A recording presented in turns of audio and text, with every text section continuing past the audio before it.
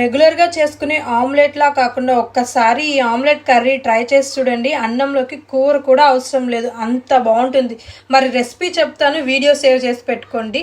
ముందుగా స్టవ్ మీద ప్యాన్ పెట్టుకొని దాంట్లో 1 టేబుల్ స్పూన్ ఆయిల్ని యాడ్ చేసుకుని కొంచెం జీలకర్ర, సన్నగా కట్ చేసుకున్న ఆనియన్స్, పచ్చిమిర్చి, కొంచెం సాల్ట్, పసుపు వేసుకొని ఒక 2 నిమిషాల పాటు ఆనియన్స్ బాగా ఫ్రై చేసుకోవాలి.